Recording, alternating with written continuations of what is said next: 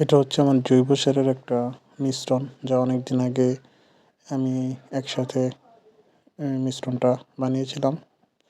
সাথে কিছু রাসায়নিক সার মিশ্রণ করলাম। আর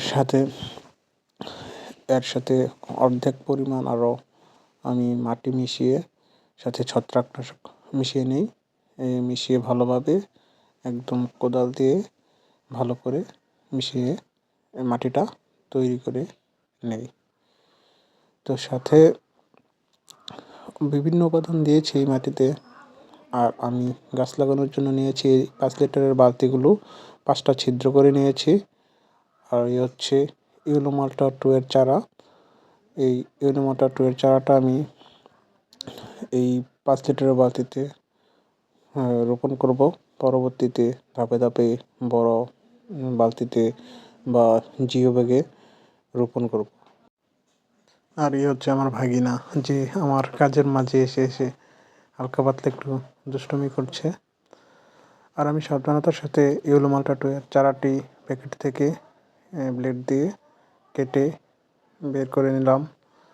তো খুব সাবধানতার সাথে যেন একটাও শিকড় না কাটে, এভাবে কেটে নিয়ে এবার বালতিতে চারাটা সুন্দর করে সেট করে চারিদিক থেকে আস্তে আস্তে মিলিয়ে নিলাম যে সব সাইড থেকে ঠিক আছে কিনা। তারপর আবার সাইড থেকে মাটি দিয়ে দিলাম। মাটি একদম সুন্দরভাবে চারিদিক থেকে দিয়ে দিচ্ছি, যেন কোনো জায়গায় ফাঁকা না থাকে। সুন্দরভাবে এইভাবেই আমি চারাটি আস্তে আস্তে আলতো করে চাপ দিয়ে চারাটি রোপণ করি। তো এইরকম মিশ্রণ আপনি যদি আগে তৈরি করে রাখেন মাটির জৈব সারের, তাহলে চারা লাগানো খুব সহজ হয়ে যায়।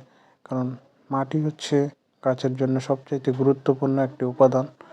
এই মাটিটা যদি আপনি আগে তৈরি করে রাখতে পারেন, তাহলে গাছ রোপণ করা খুব সহজ হয়ে যায়।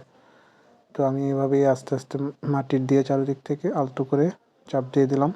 তো এই চারাটি আমার কমপ্লিট হয়ে গেল লাগানো। আর এটা হচ্ছে কাশ্মীরি কনের চারা। কাশ্মীরি কনের চারাটাও আমি এই সাবধানতার সাথে প্যাকেটটি প্রথমে খুলে নিলাম।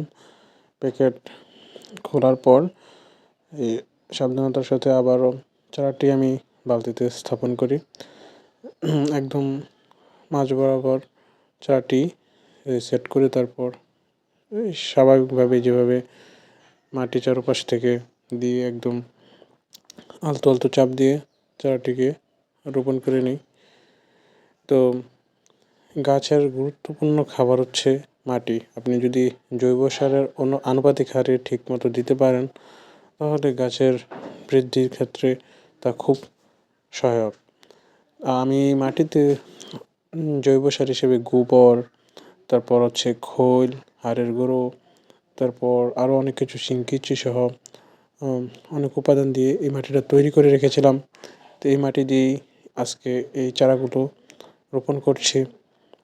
তো এই চারাটিও আমি আস্তে আস্তে মাটি চাপ দিয়ে রোপণ শেষ করলাম।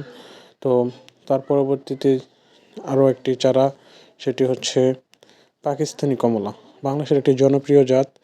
এই জাতটিও আমি সংগ্রহ করলাম এবং এই জাতটিও আমি আস্তে সুন্দর করে প্রতিস্থাপন করলাম এই বালতিতে। তো এই পাকিস্তানি কমলা লেবুর চারাটা আমাদের দেশে খুব জনপ্রিয় একটা জাত ধরতে পারেন, কারণ এটা বাংলাদেশে ভালো একটা ফলাফল দিয়েছে, তাই এই চারাটা সংগ্রহ করা আর কি। তো সাথে আরও একটি চারা, এ হচ্ছে জাপানের বিখ্যাত ডেকুপন অরেঞ্জের চারাটা। তো ডেকুপন কমলা কিন্তু ফলনের দিক থেকে ততটা বাজারে জনপ্রিয়তা না থাকলেও এর যে জনপ্রিয়তাটা আছে, আর ভালোই জনপ্রিয়তা আছে। এর দেখতে এবং এর যে শেপটা সুন্দর আছে, তাছাড়া এর একটা ফ্লেভার আছে, খুব ভালো একটা ফ্লেভার, যার কারণে এই ডেকুপন অরেঞ্জেরও জনপ্রিয়তা আছে। তো এই ডেকুপন অরেঞ্জ আমি অবশ্য এই 3টা চারার সাথে গিফট হিসেবে পেয়েছিলাম। যিনি আমার কাছে বিক্রি করেছিলেন, তিনি আমাকে এটা গিফট হিসেবেই দিয়েছিলেন। তো আমার গাছ লাগানো শেষ। এখন আমি গাছে জল দিয়ে দিই, একদম পাতাও ভালোভাবে ভিজিয়ে একদম নিচে গোড়ায়ও ভালোভাবে জল দিয়ে দিচ্ছি। তো এই হচ্ছে আজকের ভিডিও। দেখা হচ্ছে পরবর্তী ভিডিওতে। ধন্যবাদ।